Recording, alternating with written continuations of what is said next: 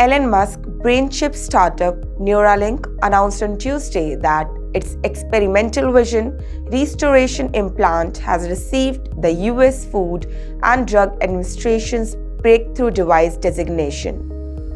The device, known as blind sight, is designed to help individuals who have lost both eyes and their optic nerve regain the ability to see.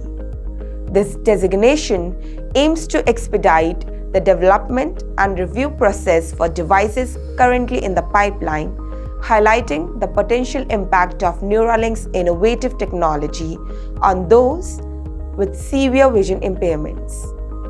With this significant milestone, Neuralink continues to push the boundaries of neuroscience and medical technology in its quest to restore vision.